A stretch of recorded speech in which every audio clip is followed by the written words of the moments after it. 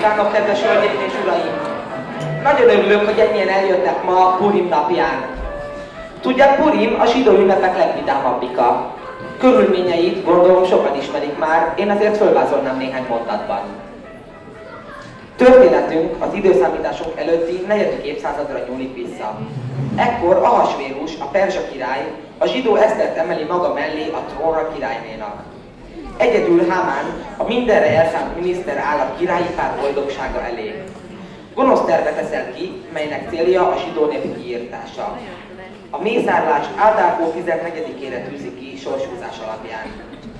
Úgy tűnik, senki sem állhat Hámán ördögi terve útjába, de ekkor föltűnik Mordeháj, Eszter nagybátyja, és arra kéri unokahúgát, hogy beszéljen érdekükben a királlyal.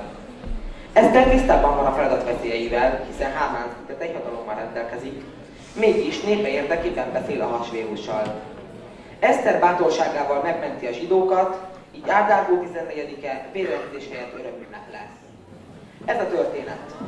Érdekes purimi hagyomány, hogy mikor Eszter könyve felolvasásánál Hámán nevéhez érnek, a kisebb gyerekek kerepelnek, vagy összeütnek köveket. Mondom, összeütnek köveket.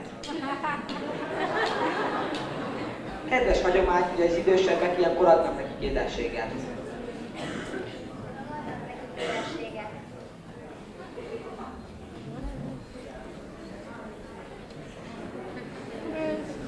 Mivel tavaly már terítékre került Eszter könyvének története, ezért idén iskolánk színtársulata a prágai Gólem legenda avantgárd változatát adja elő, amely méltó a purimi vidámsághoz. A Gólem legenda is ékes színfoltja a zsidó misztikumnak, így engedjék meg, hogy közöljem a legszükségesebbeket. Időszámításunk szerint 16. században II. Rudolf cseh király udvara az alkimisták, csillagászok, aranycsinálók és más egyéb átudósok paradicsoma volt. Míg az udvarban folyt az élet, Prága más részeiben túltak a vágak a zsidók ellen. Ekkor Löw rabbi, a zsidó hitközség vezetője ahhoz folyamodott, hogy de ezt már nem mondom el, nézzük meg a darabot.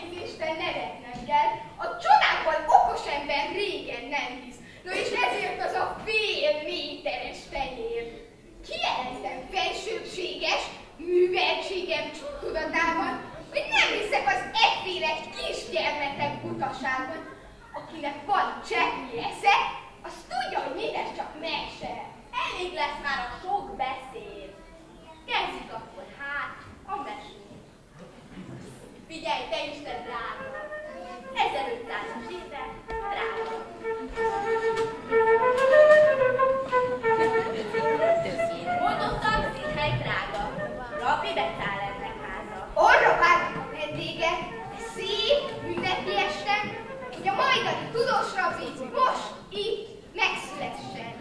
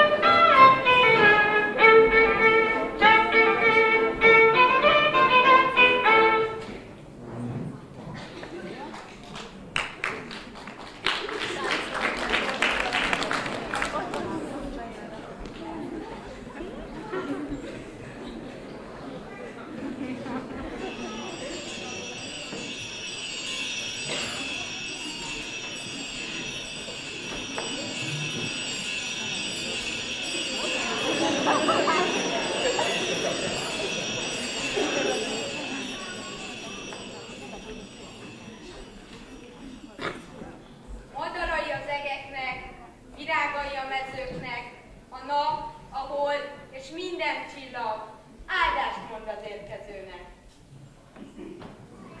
A jelenleg testvéreim, mondjátok, hogy mit felel. Népünk nagy vigasztalója lesz még ez a kicsi gyermek.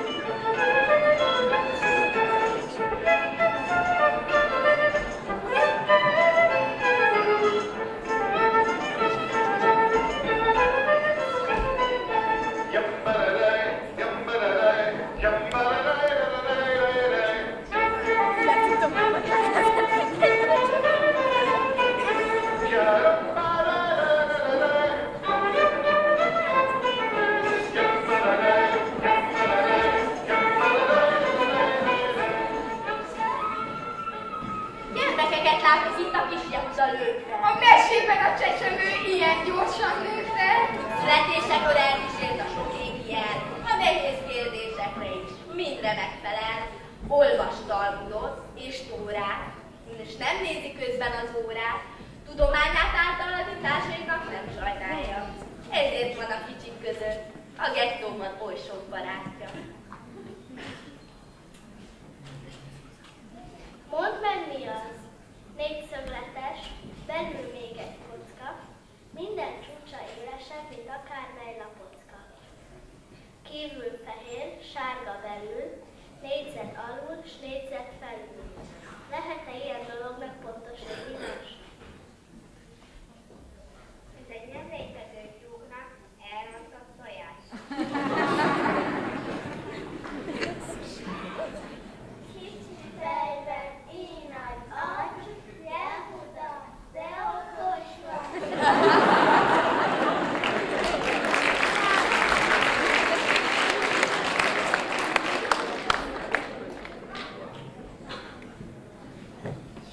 Most ezt találtam.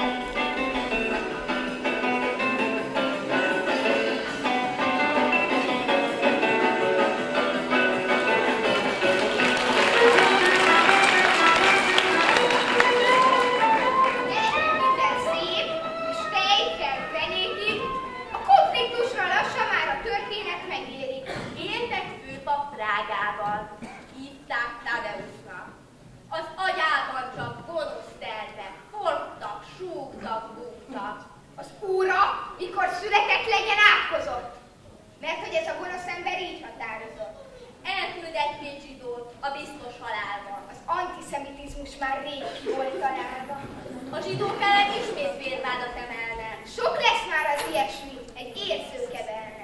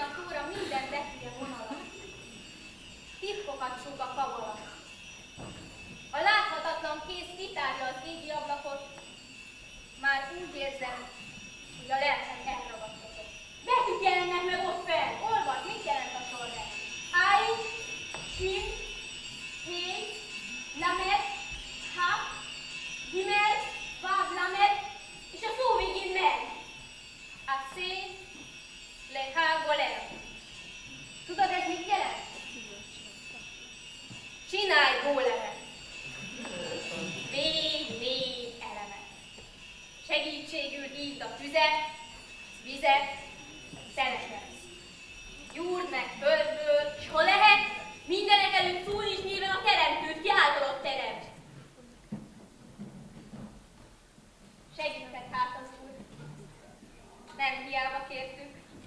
Mit szólsz ehhez, Háj? Hát ezt is megértük.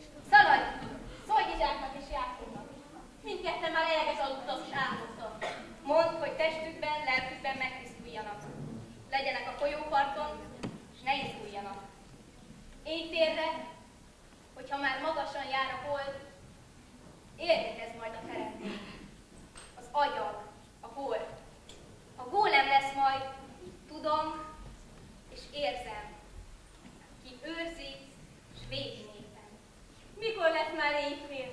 Várod? Sikerülni fog. Meglátod.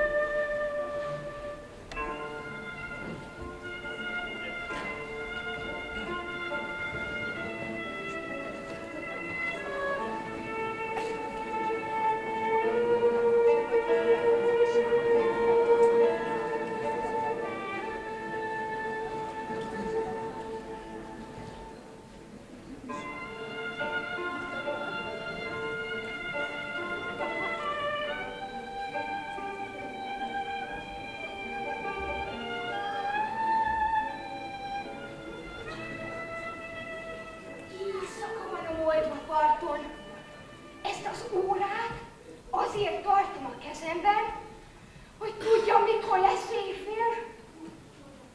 Hogyha netán félnél, megnyugtatlak. Én is félek. Megijedt a gyűlgelileg, de később majd sajnálja. Beismerem, nem én vagyok a Júdea oroszlánja. Láttatok már ilyen órát? A tanácsháza faláról való. Mindjárt a B betűhöz ír a mutató. Ez annyit jelent, hogy éjfél lesz perceken belül, s a gólem teremtésre tüstény sor kerül. Az agyakszobor már kész, és a földön fekszik. Méretes, különös óriáséval vetekszik. Bárcsak lelket kell adni neki. De nehéz dolog teremteni. A nézők már türelmetlen várnak. Nézzük meg, hogy ezek ott a parkon mit csinálnak.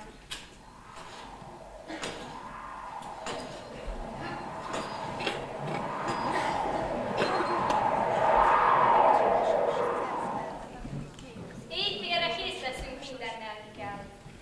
Állj mellé, Izsák, a tűz te leszel. A víz te leszel, Jákob, jöjj velem. A levegőt majd én képviselem. Együtt a földdel és velem, megvan már a 4 elem. Én a tűz vagyok, a tűz, aki ragyog, pusztít, teremt és átalakít. Állíts mellém hát valakit, ki az ellentét emlékem.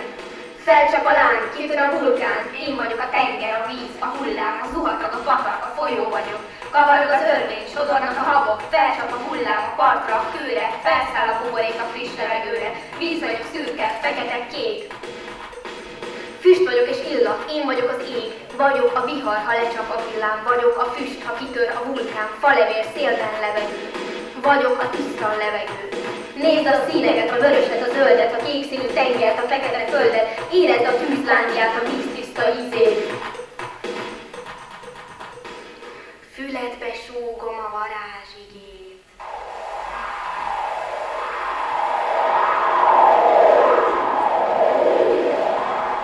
Neked adom a melegnek áramlását, az erekben a vérnek áradását. Adom arcodnak a lélegzetet, az életet, a lelket adjuk neked. Isten nevét írva erre a papírra, a szájában a nevet elhelyezem, ezáltal a lelket a holt agyakba belelehelem. Izsák, Jákob, Háim, fordulj! Kényszerítlek, gólem, mozdulj!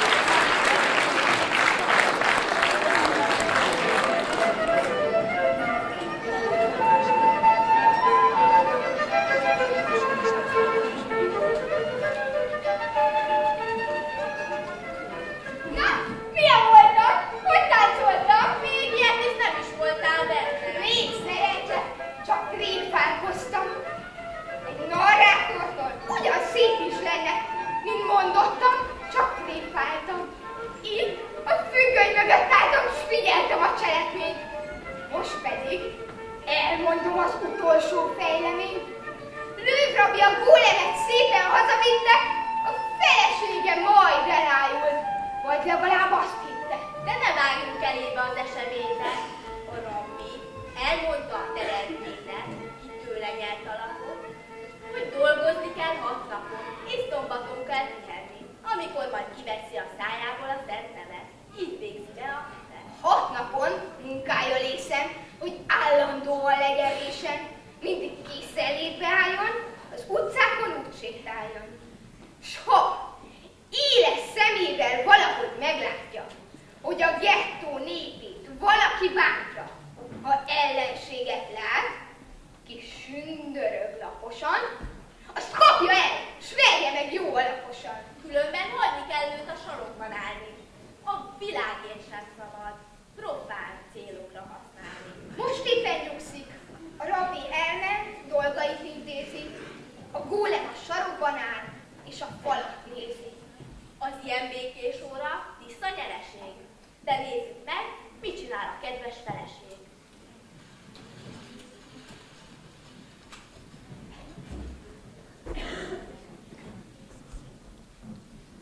Cipelem a földről, mióta a nap fent van, ebből a vízhordásból. Hű, de elegem van. Hogy ne lenne még elegem, hiszen már sebes mindkét kezem, mind a két cipőm be is van ásva. Sajnos az ünnepre bűz kell a házba. Hajnaltól a munkát te abba se hagytad. Én már eltikkadtam. Így elhaszomjas vagy, így áll egy pohárral, s folytassuk, ha itt áll.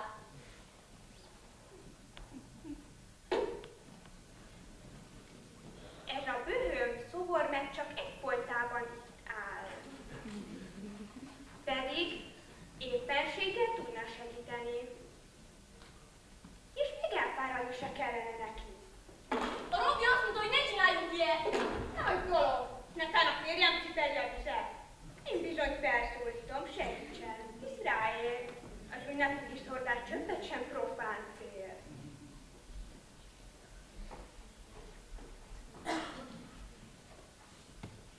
Figyelj! Gólem! Hozd a kútról vizet! Viszi a földről! Hiszed vagy nem hiszed? Elég a földröket az ajtó elé tenni. Szeretnék már én is egy kicsit pihenni. Hogy csammog? Nézd! Az emberek elfutnak előle. Csak lehetőleg később még nagyobb baj ne legyen belőle. Szépen szunyókálni ment, s a gólem közben nem pihent. S mivel a vízhordó nagyon erős legény, hamar telelt a házban minden vizes edény. Hályi már sejtette, hogy mi lesz a gond. A gólem meg nem áll majd. Bárki bármit is mond. A gólem szünet nélkül töltötte a bödröt, nem hagyta abba, perc hiába könyörgött. Minden szomszéd az utcában ellenük fellázad. Ez a víz csak emelkedik, és elrepül a házat. Mire minden remény majdnem elveszett, a bölcs rabbi egyszer csak megérkezett. És a gólem megállt, mert Jehuda lő felemelte kezét. A feleségét nézte, és csak csóválta a fejét.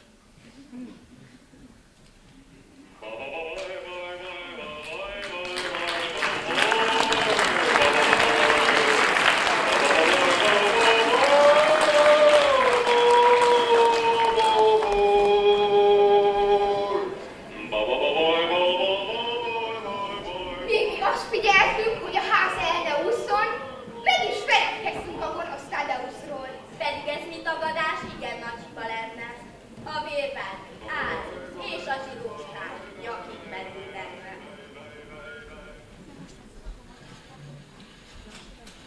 Eltűnt egy szolgáló, megölték a zsidók.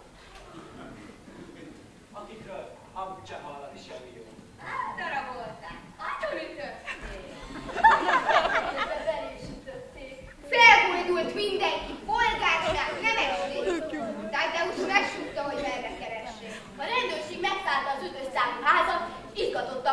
egy női csodát. Tadeusz, a házat a pincéjére mutatom, és a derékcsapat már a női hulla után kutatott. És hogy a szakaszon világ nem lehette, persze Tadeusz volt a legjobban meglepve. Ott semmit nem talált, kedvét ez nem szedte. A zsidókat a bíróságon ettől még feljelentette.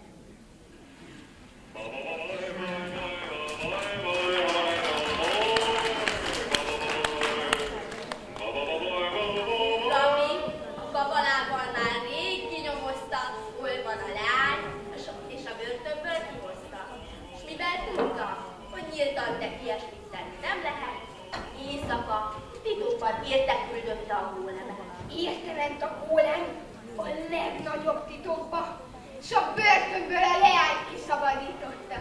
Örült a lány, hogy nem látta már börtönen és halál, és a rabbi házában igen jól érezte magát. Ott bújt meg a házban, hogy ne is lássa más. De figyeljük, mert kezdődik már a tárgyalás.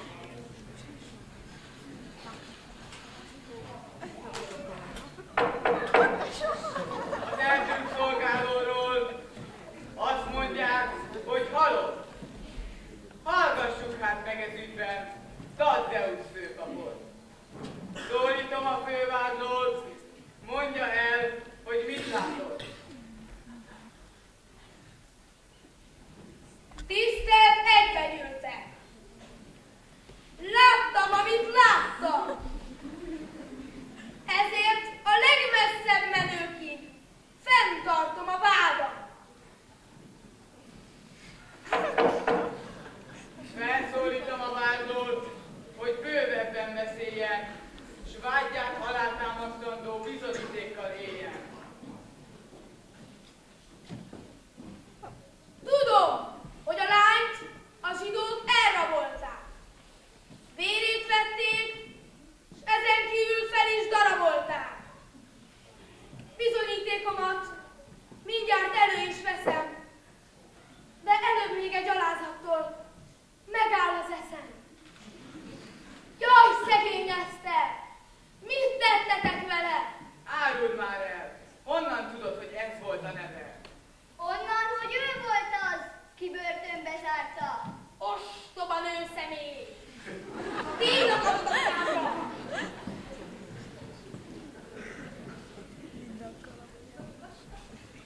S most íme a bizonyíték!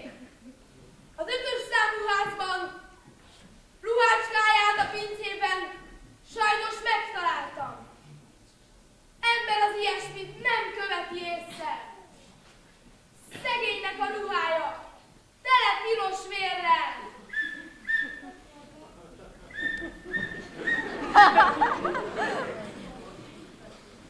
Amit mondasz, zenéket szép szóra is elhisszük, de esküdj meg, hogy mindez így volt, és a zsidókat elvisszük. Ha ennek az egésznek csak egy eskü az ára, boldogan meg is esküszöm a Szent Bibliára. Mi az? Mi ez ajtó hozzá? Jön már a gólem, s a leányt hozza. Nézd, a halott lány föltámadott. Nem támadhatott fel, mert nem is volt halott. Ha te vagy az valóban, mondd el nékünk, hogy történt az eset, nagyon kérünk. Szomorú a sors az így gyönge leánynak. Rá mindenféle bajos veszedelmek várnak.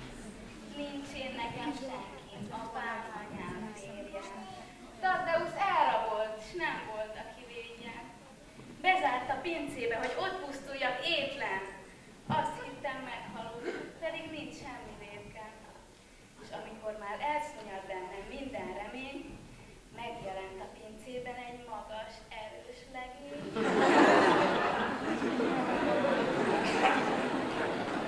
Megjettem először, de csak úgy megszokásból, ő pedig kiszabadított engem a fogságból.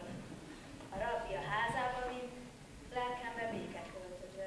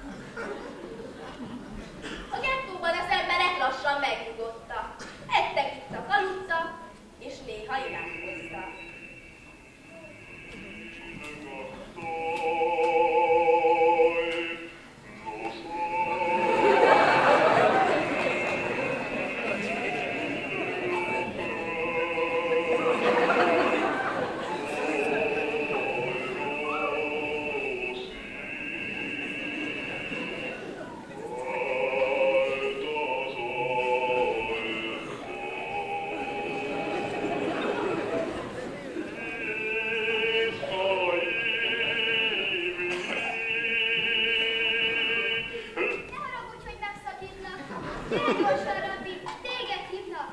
Őrizőnk a gólem elszabadult. Tégy valamit, ha már így alakul. Bocsáss meg, hogy így hírt hozok. Ha én beleavatkozok, megkukkolom a szombatot. Kiálts hát egy jó nagyot. Az emberi észre puszta erővel megfékezni már nem lehet.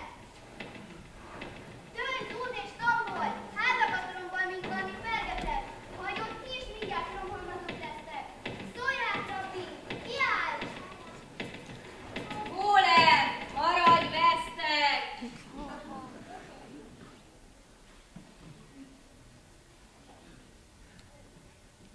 A nevet nem vettem el, s ő dühöngve az utcát rótta, s mivel épp semmi bajunk sincs, meg is feledkeztünk róla. Hivatását betöltötte, nincs már dolga, látjuk. Ma évfélkor az egészet vissza is csinálja. Már rég meg kellett volna tenni, csak épp elfelejtettem.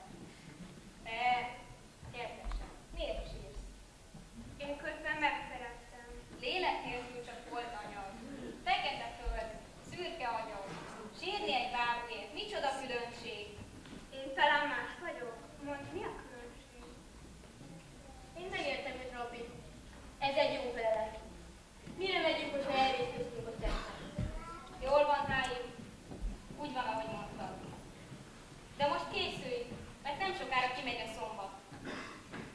Tudod jól, hogy meg kell tenni, még ha fáj is végül. A csodát az Úristentől csak a bajhoz kértük. Egy nehéz helyzethez, nem csak a magukra. Nem tartatunk gólemet a hétköznapokra. Szólítsák és Jákobnak, ébreszt fel őket, ha álmodnak. Siessetek, mert az idő halad. Legyetek a folyóparton, ha lenyugszik. Pontosabb legyetek, nagyon kérem. A gólemet majd én kísérem. Megyek én is. Jártam, senki se várjon. Köszönöm minden kedves gólem. Isten megáldjon.